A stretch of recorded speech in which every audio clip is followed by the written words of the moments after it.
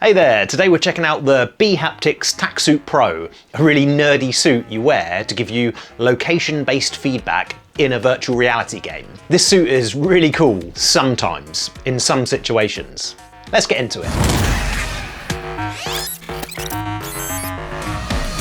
bHaptics and Meta have teamed up to send me their TactSuit Pro so I can give you my thoughts on it. This isn't a paid review, but to be clear, they did gift me the suit itself. As always, there's my affiliate link in the description if you do want to support the channel while purchasing the TactSuit Pro, if you fancy it. The suit itself will of course work with PC VR and PlayStation VR 2, but all my experience is solely from a MetaQuest 3 user and the MetaQuest 3 native support the TactSuit Pro offers. TactSuit? TactSuit? So, bHaptics have been making accessories to increase immersion for virtual reality for as long as I can remember playing VR. They've been iterating on this vibration-based Ready Player One looking suit for years. The appeal of these suits are the locational feedback they offer. Within the Pro there's 32 advanced motors that can independently vibrate if programmed to do so. If you're playing one of the natively implemented games like Breaches, you'll get shot in the kidney and it's the motor down on the bottom left or bottom right that will give you that feedback to make you feel like you've really been shot. Likewise, if you're playing Arizona Sunshine and a zombie lurks up behind you and takes a chomp out of your back, it's the motor on the back where the bite happens that will vibrate. You get the idea, right? In the right game, it's really fun, impressive stuff. The actual feedback you get from the device is really cool. You can't get this type of experience anywhere else. When in the right game and totally immersed, feeling that vibration in your back when someone shoots you from behind does bring a smile to your face. bHaptics have an app for Quest, which you should download first when you get your TactSuit Pro. It's a small demo laboratory that allows you to test each motor and also gives you great and easy to understand examples of how the absolute latency-free location-based feedback is implemented.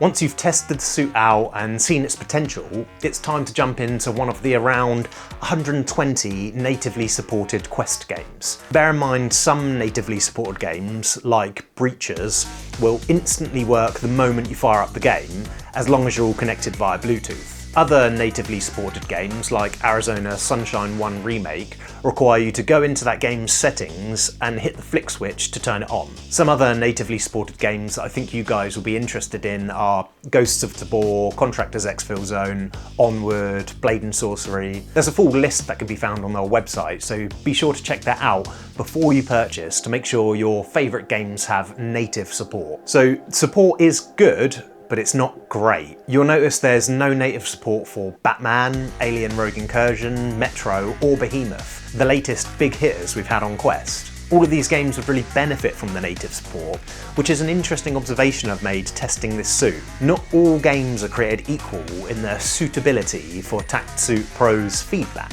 I'm playing through Arizona Sunshine 1 Remake again at the moment, and I was super excited to jump in with this new shiny bHaptics suit. I soon realised, while the vibration on the right side of my body when I shot a gun was fun, I wasn't actually ever getting much feedback from anything else. Here's the thing, that's not the suit's fault, it's just that in that game you don't really get hit. If you're getting eaten by zombies, it's probably too late and you're dead anyway. It's an interesting discovery, but certain games are much more suited to this location-based feedback than others. Take this example.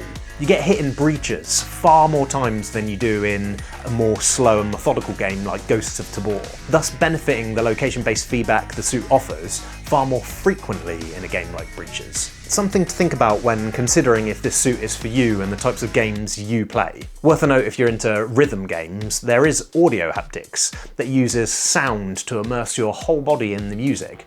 Pretty cool if you're into that kind of thing. Let's talk specs, shall we? So there is a little sibling to the Pro, and that's the TactSuit Air. Let's compare the two. I'm just going to compare the current product range and nothing that came out previously that you can't get anymore. So first up, let's get the damage out of the way. The Pro is $499 and the Air is $249. So pretty much $500 and $250, so the Pro is twice the price. With that, there is twice the individual motors for that location-based feedback. Pro has 32 and the Air only has 16, both suits splitting the motors between the front and the back. Makes sense so far, right? The playtime you get out of a full charge is also very similar, with the Pro giving you 13.5 hours and the Air giving you 12. Charge time, however, is double that on the Pro at 5 hours, whereas the Air is 2.5 hours. Lastly, they both connect using the same latency-free Bluetooth connection and have native support with all the same games. One thing the Pro has is this little dial on the front. You give it a spin to change the intensity of the vibrations on the fly. I've found that mine is always pumped up to the top, so it doesn't really get much use for me. The centre is a button also, that's a nice and easy way to turn on and off the device. Alright, let's get to the elephant in the room, shall we? This thing looks really, really nerdy. Looks kind of cool if you're a 13-year-old maybe. As a 35-year-old grown man with a chronic dad bod, I hate this body armour look.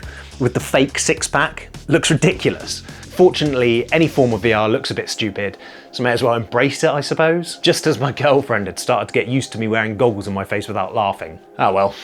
To help, you can remove the magnetic logo plate on the dial and the Velcro TactSuit shoulder details on the side. Adjustment straps do tuck away nicely as well. Overall though, it does fit nicely, as you'd expect. So that's the bHaptics TactSuit Pro. I think for the right person, this suit offers a level of immersion you can't get anywhere else. The caveat is, for the right person. This is perfect for high-action shooters, contractors, breachers, that kind of thing. Again, my affiliate link is in the old description if you want to pick one up and you also want to support me. If you're into shooters, it's a no-brainer. Anything else, maybe consider the TactSuit Air so you're not investing so much into it. If you're a VR gamer who hangs out in social experiences or plays hand-tracked puzzle games or something like that, I wouldn't bother. Alright, my name's Dan as always, thanks for watching.